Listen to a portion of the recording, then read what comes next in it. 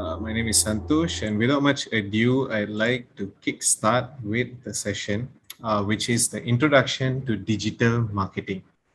All right. So, what is actually digital marketing?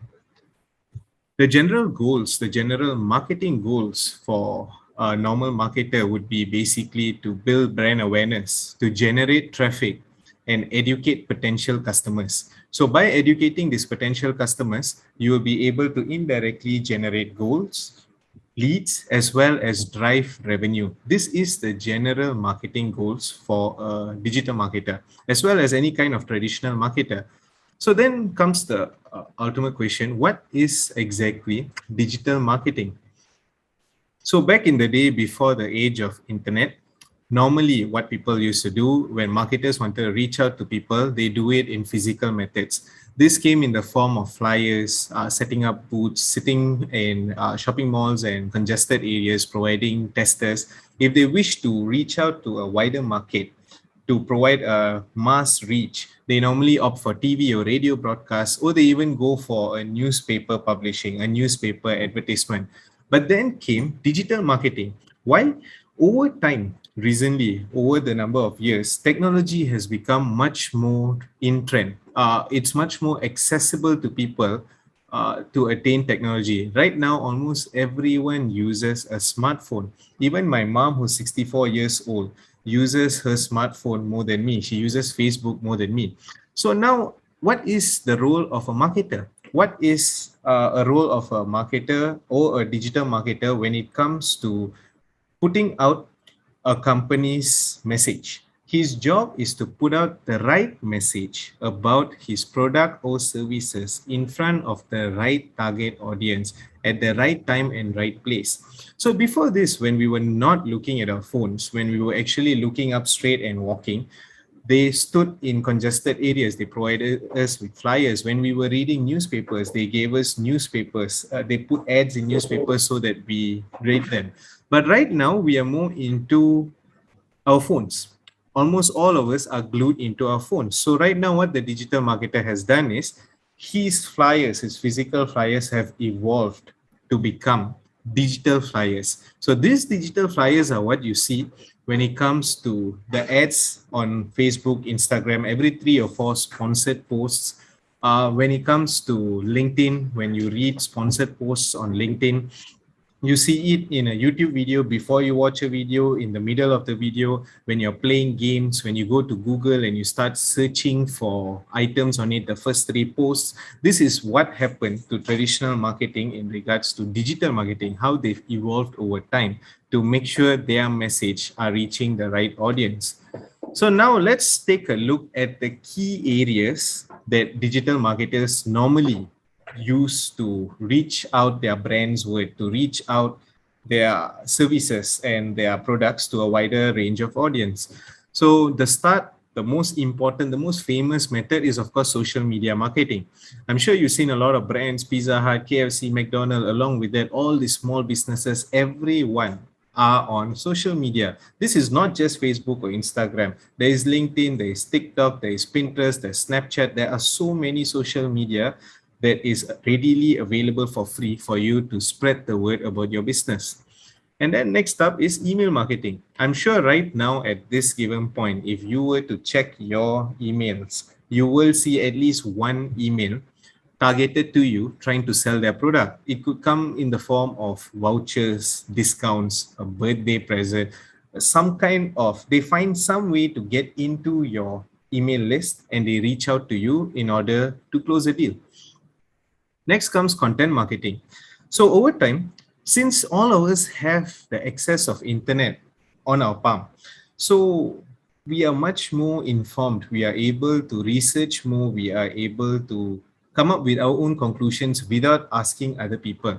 So for us kind of people, for those who are much more evolved, we want to learn and research about what we want to buy instead of being told by an agent or a salesperson, this is what you need, this is what you should buy. So when it comes to this, content marketing has bypassed the other methods of marketing because right now, rather than selling directly, you are telling a story. You are educating your target audience before you sell something. So before we move to the next slide, one simple example is what I'm showing here. World of Buzz is a Facebook page, an online news provider who does this in a very good manner, in a very smart way, how they do it. They put up a really good tagline, a really good headline: 5 things Malaysians can do to absolve worries of buying a used car. So right now, the people who are going to open this, high chance 80% of say 500 people who are opening it will be those who want to buy a used car, who may be in the midst of purchasing a used car. So now 4 of the items in here are content. They're teaching you, you should do this, you should not do that. But then when it comes to the 5th one, they introduce what they want to sell, muda.my. So maybe the 5th point would have been, you should go and opt for someone who's more transparent. Do not go through a shady deal that you meet, through a friend's friend. So now what they did is they educated you, and now they are selling to you in the form of content marketing. Next comes pay-per-click. When you go to Google, I'm sure you've seen the first 3 posts when you search for anything is normally an ad. You see this yellow highlight over here, it shows you an ad in the form of text. Sometimes you see catalogs, there is banners, you see a lot of ads that appear in the form of pay-per-click. Pay-per-click, as the name suggests, you pay per click. So you only pay someone, you pay the provider, which could be Google, could be Facebook. A lot of even social media nowadays provides marketing methods in the form of pay-per-click. So what happens in pay-per-click is, rather than paying just to put out your ads, you only pay when someone clicks your ad. So this way you save a lot of money, and you don't have to pay for just reaching out and putting the word out there. You only pay for those people who could potentially purchase from you. And now comes the organic search, or in other words, also known as the search engine optimization, SEO. So SEO right now is a very hot word, hot term when it comes to digital marketing, because while everyone is paying, all of us already know, a lot of you guys are already well aware of what an advertisement is. You already know this is what an ad is. You know that people are selling, this stuff is being sold, there is the word sponsored. You saw in the previous slide, you've already seen the word ad. So you understand that a lot of these guys, what they are doing is they're busy selling. So you, as an informed audience, you want to get past these advertisements and you want to research yourself. So there are so many links, there are so many people. When you search for one thing, there are thousands of pages on Google, Yahoo, Bing that can give you the results. So how do these people, how does Google decide, okay, right after the ad, if you see right now, right after this ad, what is the first link that will appear? You see what is digital marketing by Marketo? Over here, what are the following links when you search for digital marketing? How does Google decide what are the links that appear in the first page? I'm not sure about you, but for me, when I search for something, I normally rarely bypass the first page. I always stay on the link that I have provided. I always stay on the first page of what I search, and then I start searching for something else. So when it comes to SEO, there are a lot of methods taken to calculate your SEO score. There is on-page and off-page SEO, whereby they take into calculation how fast your page loads. Is it suitable for mobile? Because right now we are at the age of mobile first. Everyone's using the mobile more than their desktops. So in the age of mobile first, it has to be mobile first. Everything needs to suit the mobile interface. The loading speeds need to be fast. There should be proper keywords inside. There is its own quality score algorithm and methods that you can use in order to make sure your links and your articles, your blogs and all appear in the first page. Next comes affiliate marketing. So affiliate marketing is something that is not new. I'm sure a lot of you guys have heard of multi-level marketing. Affiliate marketing is basically, rather than recruiting people, it is recruiting agents. So basically what happens is, if I want to sell something, I recruit you. So when I recruit you, I give you a certain rate and you do the marketing for me. So you do the marketing for me, you go and sell the product outside there for me.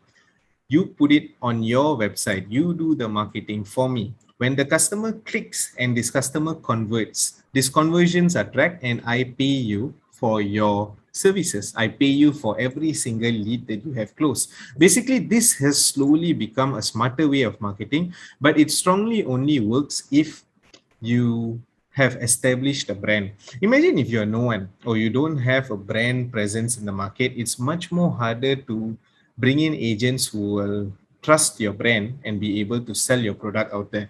So normally affiliate marketing is uh, much more suitable and much more suitable for a lot of businesses if your brand is already much more established in the market.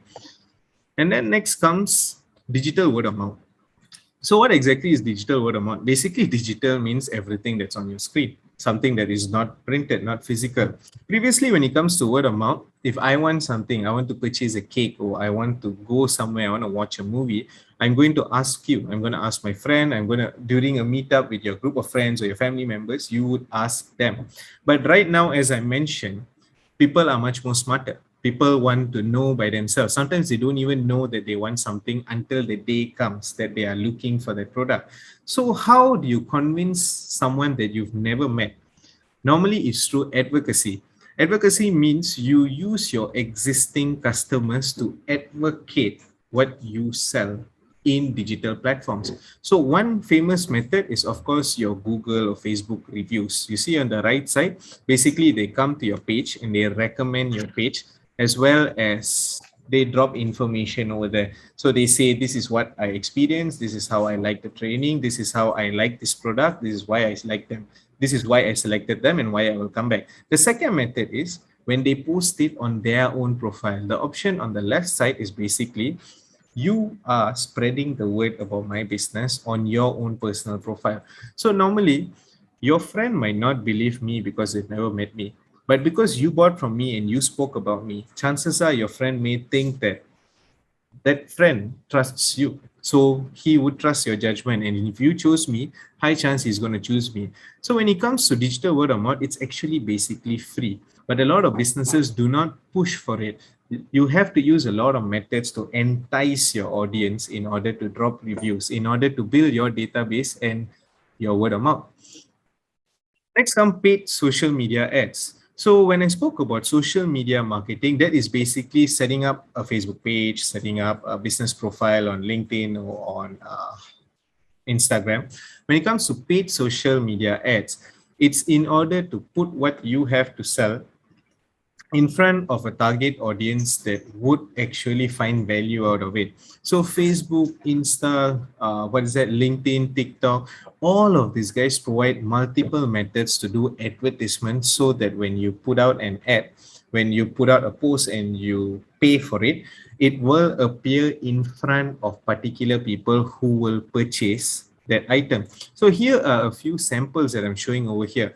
You see art therapy, this word under it, the sponsored word, that is your key. Every 3 to 4 posts, if you don't believe me, when you scroll through your Facebook, every 3 to 4 posts is a sponsored post. So if you want to know what they are targeting, you see the 3 dots next to the post, click that dots drop down and select why am I seeing this? When you click that, you will see what are they actually targeting and why you get to see a certain ad, right? So when it comes to this kind of ads, you notice they always want to sell something. While content marketing is more about telling you you should do this before you purchase. Normally advertisements are directly to the point. So over here, penghantaran percuma di seluruh semenanjung Malaysia, they are basically selling stickers. Over here, they are they are selling seats for a digital marketing conference. And over here, art therapy. They are pushing for classes or signups. These are the ads that I've seen. You would have seen much more on your social media platforms. And last but not the least, when it comes to marketing, the most famous methods, there is something called influencer marketing. So influencer marketing has gained a lot of traction in recent times because we all know there's a lot of ads. Facebook is full of ads. You go speak to someone, even if you speak to your friend who is an agent, you will feel as if he wants to sell something to you. But there's something about us that a lot of us follow people indirectly on social media or on Instagram so-called influencers. They are not idols. You do not idolize them, but you like the content that they give. It could be firm, it could be objective, it could be inspirational, it could be motivational, it could be funny. But the whole point is that you follow them for a certain reason. You like them. One simple example is Harith Iskandar. So he is a comedian and now he has grown into an influencer. There are a lot of people follow because they like what he has to say. They like the way he speaks. They like the stuff that he says. So influencer marketing has this potential to break through that barrier, all that noise that there is in the market, so many emails, so many Facebook ads, so many agents trying to ping you and sell something to you. When you watch an influencer, a lot of people don't mind an influencer selling because it's the way they sell. They are not directly selling it to you, they mask it in something else and they sell, and you don't mind being sold to by an influencer. And the thing about influencer marketing is, over time it's becoming much more flexible and it's becoming much more cheaper. There are micro influencers who has less than 5,000 followers, if I'm not mistaken. So these micro influencers, what they do, they put out posts about what your product is about trying their product. Sometimes you can even get influencers by just giving them your product. While influencers have a wider, bigger reach in the market, your digital word of mouth has a smaller reach because maybe I have 100 friends. So I'm doing it for free. I'm doing it because I like your service. But when it comes to influencers, they have 1,000 friends, they have 1,000 followers, they have 10,000 followers. So they charge for their services, right? So while these are the main reasons why people opt for digital marketing, there are clear comparisons that you cannot negate why digital marketing is useful to all of us. First and foremost is your targeting. You are able to target your prospects directly. When it comes to traditional marketing, say if you're doing an advertisement on newspaper, you have no control over who exactly is seeing your advertisement. But when it comes to Facebook or social media or any kind of marketing that you are targeting someone, what happens is basically you get to choose. I want him to see because he likes this. I want him to see my ticket for digital marketing because he is an entrepreneur. You are able to target who gets to see what you are selling. Next up, digital marketing is much more cost effective. The whole pay-per-click model is something that until now it's been super useful for especially small companies and all, because when it comes to pay-per-click, you only pay for what happens. Imagine setting up a billboard or doing ads on social media when you're doing ads on television or radio, you don't get to decide who hears. Yes, there is statistics that at this time these are the kind of people who are listening to it, but end of the day, you don't know if they're going to buy or not. 1 million people can listen to you, but doesn't mean you will get that many sales. So that is why digital marketing is much more cost effective in comparison to traditional marketing. And then next is the opportunity to compete with big guys, the market leaders. You see, when it comes to traditional marketing, budget speaks. If you are able to put out full-on blast ads, you can put out videos and advertisements on television series, on television shows. In between, you are able to put ads. You can market as much as possible. You can set up 10, 20, 30 billboards all over the city. You stand out. But when it comes to digital platforms, you still have a chance with a smaller budget. If you have the right strategy and the right pitch, you are still able to reach out to your target audience, even though your competitors are like 100 times bigger with 1,000 times better budget than you are. And lastly, flexibility. Content marketing, when you do any kind of marketing on digital platforms, with a click of a button, you can change any error that you've made. Imagine once you've put out an advertisement on a newspaper and then you read something's wrong. So this is among the reasons. I mean, there are a lot of other reasons why digital marketing is much more preferred over traditional marketing, but these are some of it that can get you thinking. So I want to remind you guys, I hope that you have been paying attention. We are going to have a quiz after this with some really good prizes. So don't forget what I said. So before we finish this, I can continue talking about all the other portions of digital marketing and all the other areas that you can look at. But I would like you guys to leave this session with a key takeaway, with something that you can immediately implement if you have a business, of course. So I want to introduce you to the customer life cycle. So basically, what is the customer life cycle? It's the stages that your customer takes in order to reach you. These are the stages that your customer takes to purchase an item from you. A lot of this is invisible. You don't see it, of course, until they reach out to you, but it's very good to know about it. So it all starts with the awareness stage. So the awareness stage is basically where a customer knows that you exist. So this is the stage where they are searching for something and you are there, standing there and telling them, I'm here, come try me. And then next comes the engagement stage. So the engagement stage is where, okay, now I know you are selling something, you have this company. I'm engaging you. Now I'm going to ask you, I'm going to reach out to your salesperson. I'm going to ping you on social media, whatever way possible. I'm going to reach out to you to find out more information, your packages, what you've done, so on and so forth. And then the next stage is the evaluation stage. So this is where I know I have enough information about you. Now I'm going to evaluate. Is it suitable? Are you the right fit for me? Are your pricings better than someone else? Are you the ultimate reason that I should spend this much money on you instead of someone else, your competitor? And then next comes your purchase stage. So over here is where they actually pay. They make the payment and they close the deal. Last but not the least is your post-purchase. So this is where a lot of businesses they ignore. They do not take care of the post-purchase stages. There is this saying, there is this statistics that says that a huge chunk of your revenue actually sits within your existing leads or your past customers. Because unless you sell stuff that customers cannot come back, for example, funeral services, a lot of businesses actually, you can have customers coming back. They can come back for repeat businesses. They can inform other people. So at every stage over here that I've showed you, during awareness, it's your job to make sure you are there. You are everywhere your particular customer is going to be so that they know that you exist. During the engagement stage, one method that a lot of people use is they wow them with testers. So I'm giving you a testers during the engagement stage. So when you ask me for information about my product, I'm already giving you stuff for you to experience what my product or service is going to be about.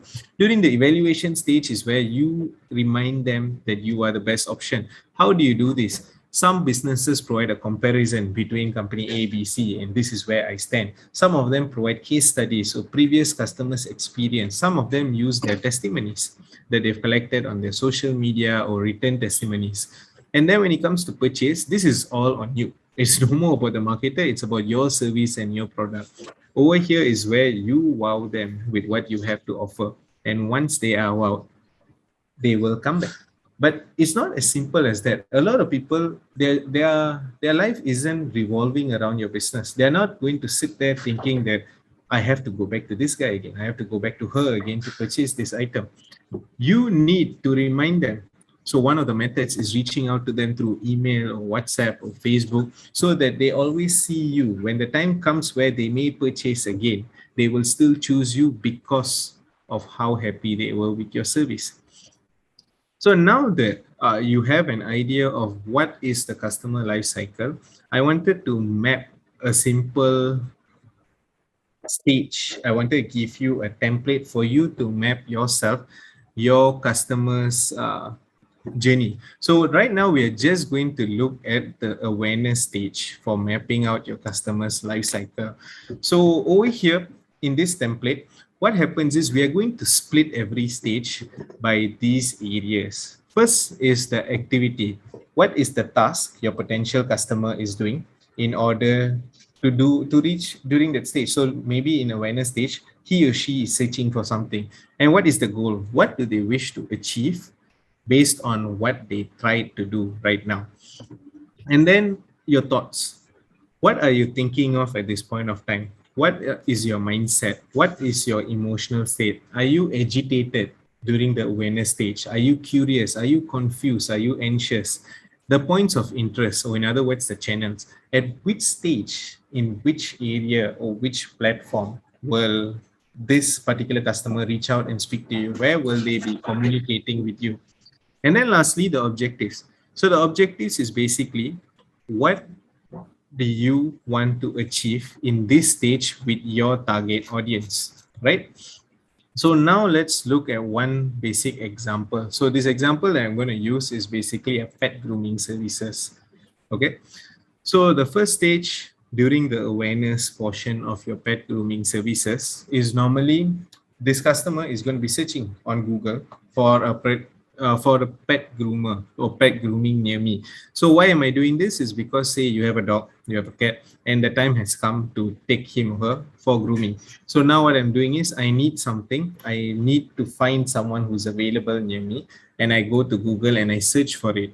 So what is my goal right now? I want to find someone to bring my pet to. It's as simple as that. That's all I'm expecting. What are my thoughts?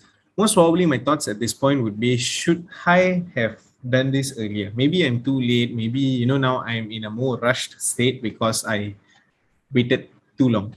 And then I wonder if they're open on weekends. It depends. It depends on your customers. Imagine if you are running a grooming services and you notice that a majority of people who comes to you are working adults. So you realize that during the awareness stage, one of the key area that a lot of these people will be thinking about is, are they open on weekends? What are their opening hours? So this is the thought that they would have at this stage. Next is the emotional state. What would the person's emotional state be at this particular stage? So for example, in the awareness stage, there could be a sense of urgency. I could be curious, like, what are their services like?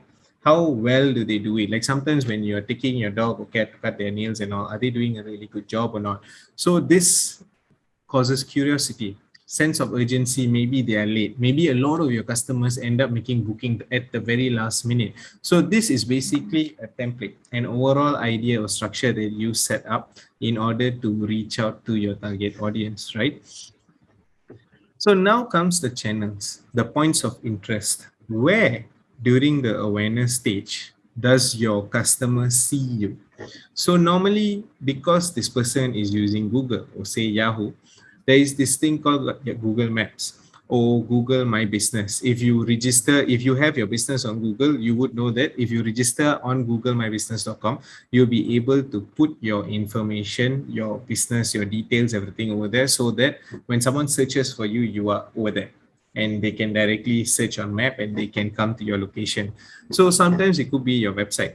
So when they search organically, your website has popped up and now they clicked on you. So during this awareness stage, they are looking at what you have to offer.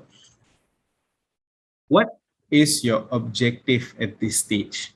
So normally your objective at this stage would most probably be to make the customer more aware about your business. Do you want to show them that this is what you want to do? Or is there something else?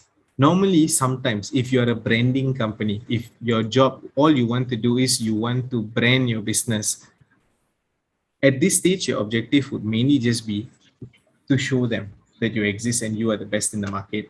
So is this what you want to do? This is the basic flow of the awareness stage. So now when it goes on, when you go on to your engagement and evaluation stage, let's picture it.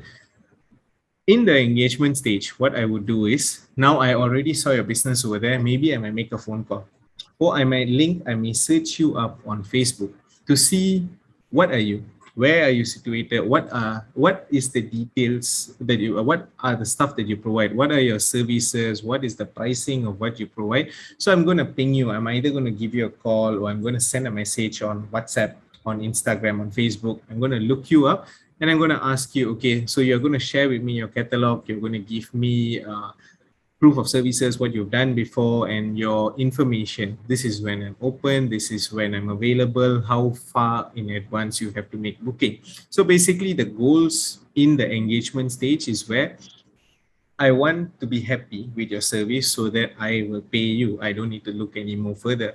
Now the evaluation stage. So at the evaluation stage, maybe I've already surveyed elsewhere. Maybe someone has already told me that they know of this grooming services in this area that provides exceptional services. So when you know of this kind of options, you start evaluating. You start deciding, is this package better than the other one? Should I opt for this guy or not? What discounts does he have? So this is the evaluation stage. And then next comes the purchase. So during the purchase stage is where I make the payment. So how much more easier is it to make payment? Can I use card? Is there a deposit in advance? Can I directly walk in and pay you? Is there a fee to make booking? So a lot of this basically can decide whether or not your customer will come or not. What decides whether will they proceed to purchase or whether will it deter them from purchasing? Okay. Now it comes up to the next portion. Last but not the least, the most important portion is the post-purchase. You see, you have done so much of work. You have covered the awareness portion, you've done engagement, you gave them enough information at the evaluation stage, right up to the point that they have already made the purchase and they were happy with you. Now, how would you make sure this guy comes back? How do you make sure that she will always come back to you? So if you've noticed, right, certain companies opt for the point system. They give you points for every time you come that you can cash in for something. Sometimes they give you a discount coupon. If you come in the second time, you get 5% discount. You come in the third time, you get a 10% discount. So in order to continue your loyalty, sometimes they even, if you, I don't know if you've received calls back in the day, but Fitness First usually used to give people 10% discount when they walked in if they refer 5 people.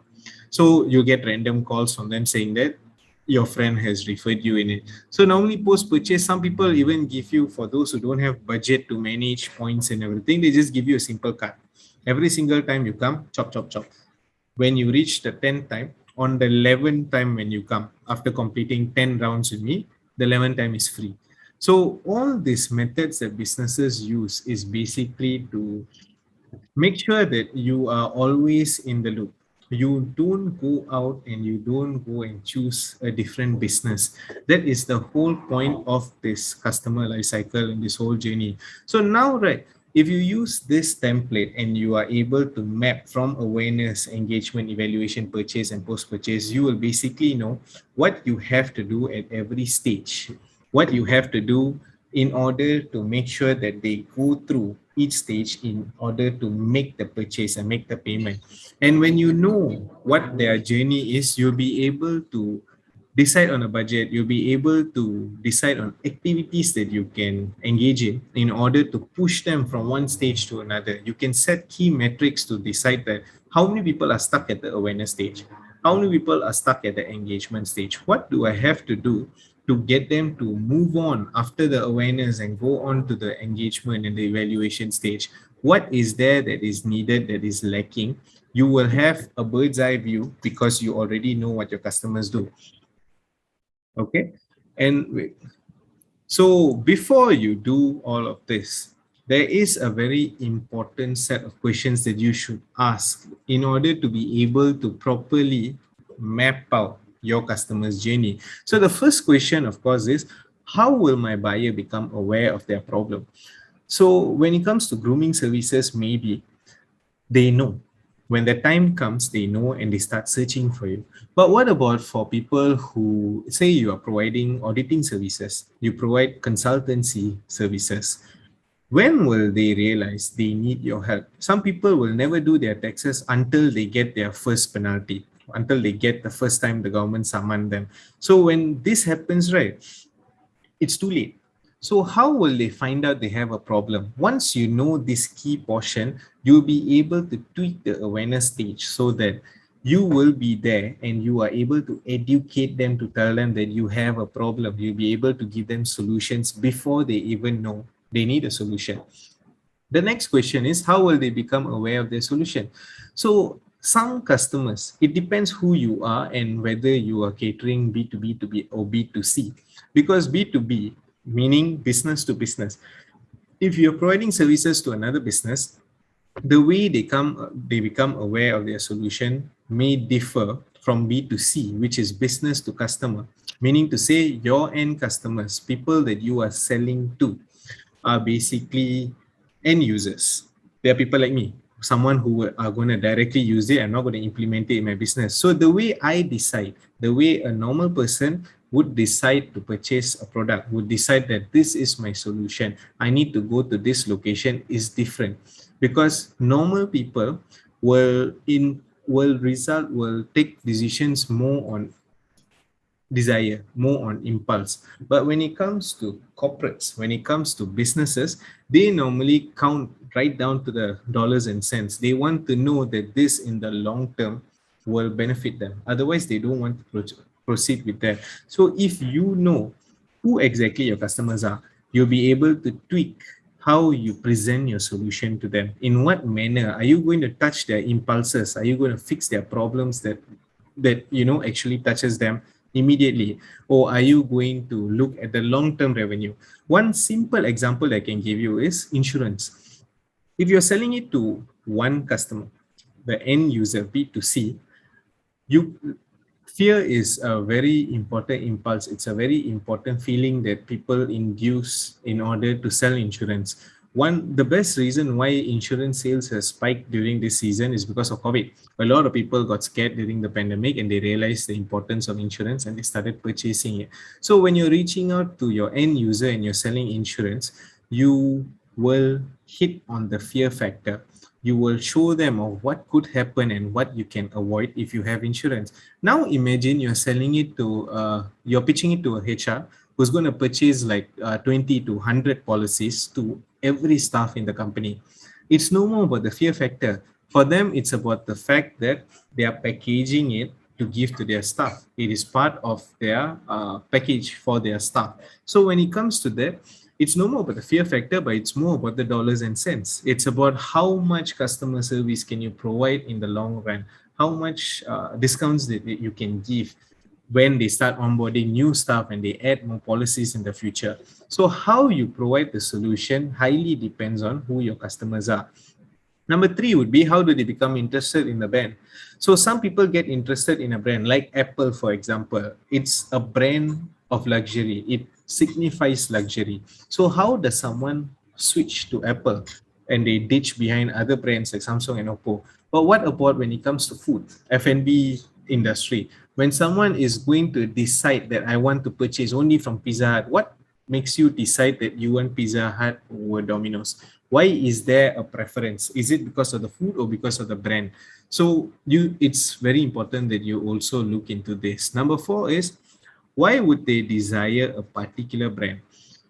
As I mentioned, there are certain reasons beyond what you provide that actually make someone decide. Imagine right now that you are someone who provide plastic straws in versus to me who provides eco-friendly straws, and I clearly show that a small percentage of every meal that you purchase goes to a certain NGO. So I'm trying to show, even if I'm not donating from your own money, I'm always marketing and advocating the fact that we do a lot of donation. We support going green. We support, no pollution, no sea pollution and everything. I am providing you with more reasons beyond the immediate reason that someone would take in order to associate themselves with a brand. This, when it comes to longer term businesses, if you want to stay in the market beyond your 5-year or 6-year cycle, it is really good to position your brand in the market in a way that you will attract a certain amount of audience that will will look beyond what you have to sell, right? And then last but not the least would be, what would motivate them to convert? So what exactly would motivate you to purchase? Is there a particular reason you need a discount voucher? There's this term called call to action. So a call to action is when you sell something, but they will always provide you with something, a bait. If you do it by this, by then only you get something. So normally what they do is, by discounts, they give you a deadline. If you purchase in 2 days, if you purchase in 15 hours, you will get 20% discount, 10% discount. This is because they don't want you to die off as a lead. They want you to go beyond that stage and look at something else. They want you to Buy it before you forget, before it's out of sight and out of your mind. So this is why you need to find out what would motivate your customers to convert. And next, from what I've showed you over here, I have given you an example that covers basic B2C need-based business. So a need-based business is basically something that someone would search for. Like no one would just simply scroll through Facebook, see an ad by a plumber and think that, oh, I actually have something that needs to be fixed, and they'll call you up. If you are a plumbing service, they will actually search for you when they need you. Okay.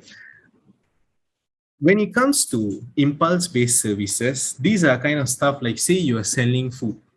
F&B is normally impulse based. Unless you're selling vegan food or healthy options, they do not actually opt for you unless they need it. Like, I know I'm going on a diet, so I'm going to come to you. But what if you're providing muffin? What if you are selling different kind of goods that people don't normally need? It will make their life nicer for a short period or while, but it's not something that is ultimately required. You're not a need-based business. You are an impulse-based business. How does your awareness stages look at this stage?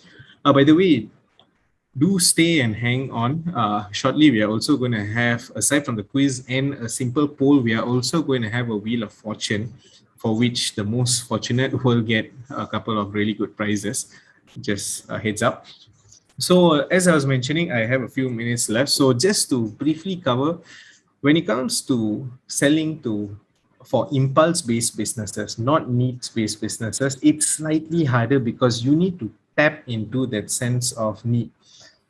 Because when it comes to need, if you're providing consultancy services, you're giving insurance, you are selling, you're providing services such as, plumbing service, a cobbler, whatever it is that someone would search for. Simple example is pet grooming services.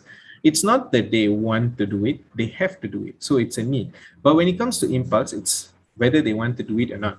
So how you reach out to them? Normally people use images, they use visuals, they use a reason, they sell a state of mind that they wish to be in. For example, say you are selling candles, candles that induce relaxation, for example.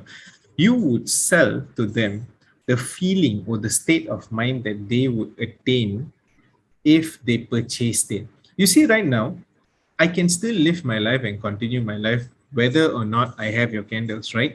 But if I have it, I'll get to experience this. Even if I never purchase from you ever again, for that short period of while, say the 2 hours right after purchasing and lighting it up, I get to experience the X factor.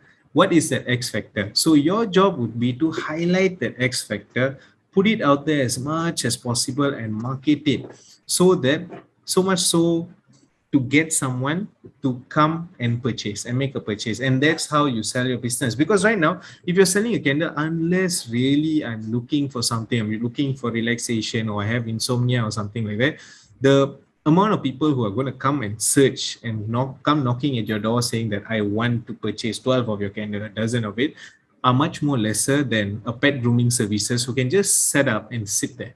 People will just simply come. If you set up a mama stall or a normal restaurant, people will come knocking.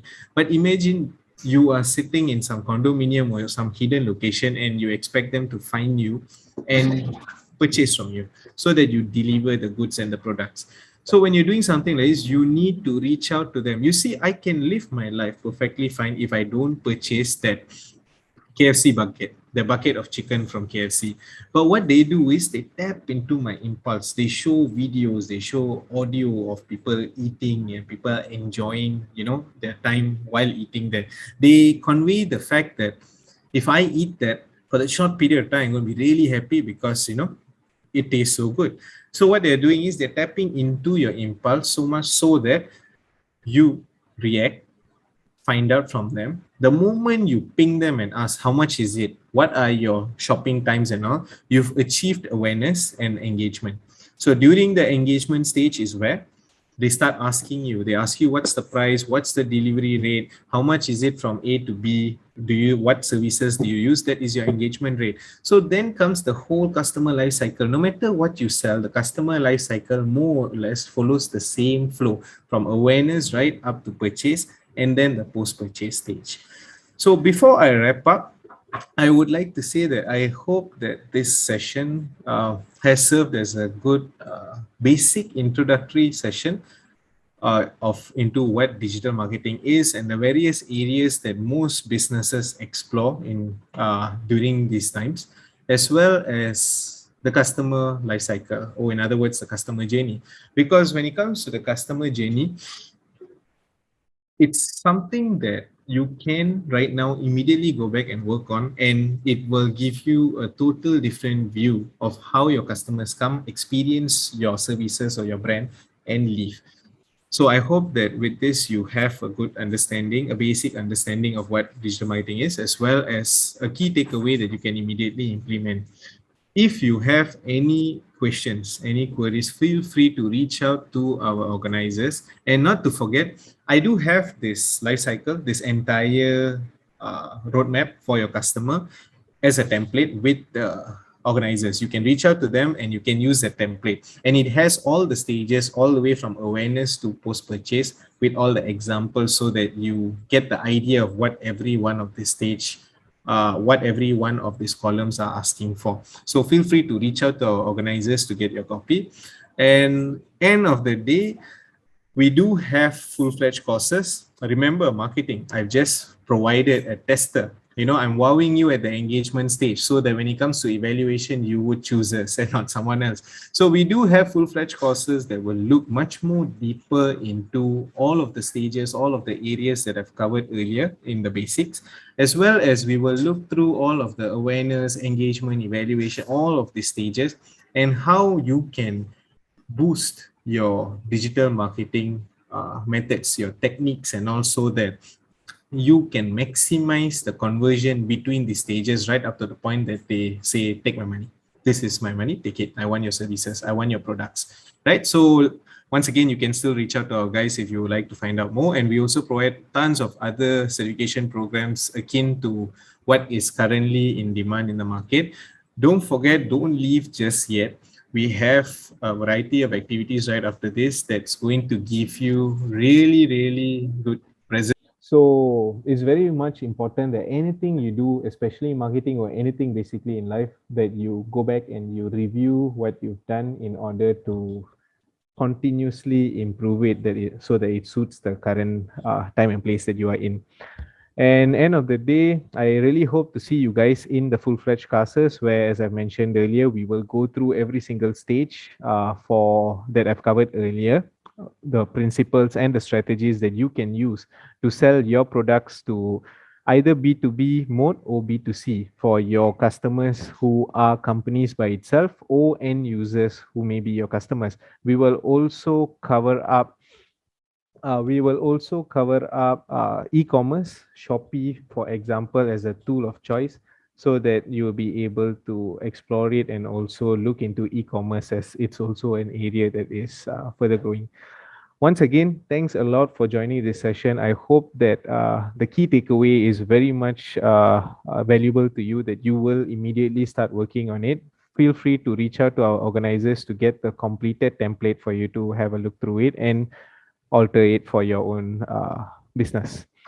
Once again, thank you for joining us today and hope to see you real soon. Suresh, back to you.